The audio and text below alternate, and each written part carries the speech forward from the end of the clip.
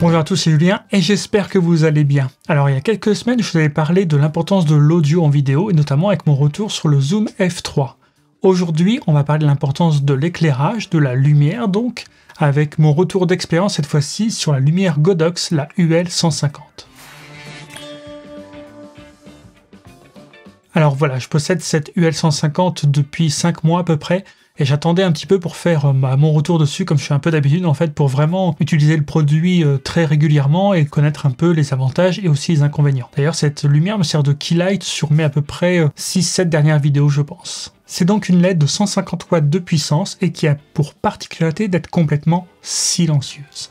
C'est un vrai plus en vidéo, notamment par exemple si vous faites du facecam comme ici, pas de souci. Mais aussi, surtout quand vous captez une interview en fait. Le problème des lumières habituelles en fait, c'est qu'elles ont tendance à chauffer, forcément c'est une LED qui malgré la technologie LED, ça finit par chauffer avec le temps, et donc les ventilos vont se mettre en route, et vous allez peut-être avoir ce retour dans votre micro lors d'une interview, donc c'est franchement déplaisant. Alors l'avantage de cette UL150, c'est qu'on n'entend pas de ventilo, et en fait il y a une raison très simple à cela, c'est qu'il n'y en a pas. Ça se traduit par un physique plutôt imposant en fait, mais c'est dû en fait à ce refroidissement dit passif, c'est-à-dire que l'air va passer librement au travers du projecteur. Donc alors attention, après 40 minutes d'utilisation à peu près à pleine puissance, cela peut être un petit peu chaud au toucher. Donc faites attention, mais c'est dû forcément à sa grande puissance dans un silence total, c'est-à-dire sans ventilateur. Justement, parlons de sa puissance. Nous avons donc 150 watts de puissance, et croyez-moi, c'est assez impressionnant.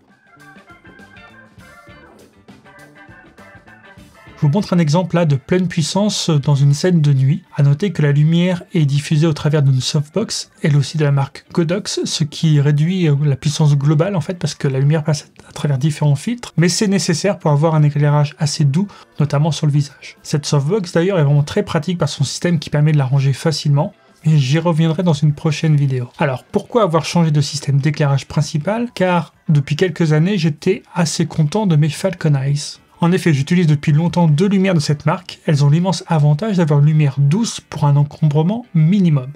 Idéal pour des pièces petites, comme d'ailleurs mon studio ici. Mais elles ont un gros inconvénient, on ne peut pas contrôler la diffusion de la lumière. Parfois on a besoin de lumière très adoucie pour une interview, ou d'autres fois on a besoin d'une lumière plus dure. Et cette polyvalence, on peut l'avoir avec un projecteur LED comme la UL150 accompagné d'une softbox. En effet, on peut contrôler le nombre de couches de diffusion, ainsi qu'ajouter une grille nid d'abeille en fait pour éclairer votre sujet sans trop éclairer le fond. Tout cela est impossible avec des LED comme les Falcon Eyes. Pour revenir plus précisément à la UL150, le corps est tout en métal avec des finitions de qualité. Le contrôleur est déporté grâce à une bonne longueur de câble. Un système d'attache y est intégré et son utilisation est très simple car on allume et on contrôle la puissance grâce à une molette. On peut aussi contrôler la lumière par une télécommande non fournie, mais aussi avec un téléphone par l'application dédiée à cela. Alors en effet, cette installation est plus encombrante qu'avant, surtout dans mon petit studio, mais ça permet aussi de réfléchir à d'autres solutions en fait. J'ai trouvé la mienne avec un système de fixation en fait dans le mur et non au sol. En prestation, généralement j'essaye de savoir en avance, d'avoir l'information du lieu, savoir si j'ai la place à mettre une softbox ou si au contraire je vais prendre mes Falcon Eyes pour un encombrement plus petit. Comme je vous l'ai dit en début de vidéo, ça doit faire à peu près un peu plus de 5 mois maintenant que je l'utilise et j'en suis vraiment ravi. Elle remplit les manques que je pouvais avoir. Par contre, je dirais qu'il y a à peu près, deux points un peu négatifs en fait. Le premier en fait, c'est que sa température de lumière est non réglable. En effet, elle est donnée pour une lumière daylight, c'est-à-dire lumière du jour, à peu près à 5600 Kelvin. Les tests que j'ai pu effectuer montrent que c'est assez précis, même si je vous conseille toujours de faire votre balance des blancs avec une petite carte, par exemple comme celle-ci. Si vous vous posez d'ailleurs des questions sur la balance des blancs, j'ai fait une vidéo à ce sujet sur la chaîne et vous la retrouverez ici. L'autre inconvénient, je dirais, de cette lumière, c'est pas la lumière en elle-même, c'est plutôt au niveau de ses accessoires, car pour moi, il manque une housse de transport.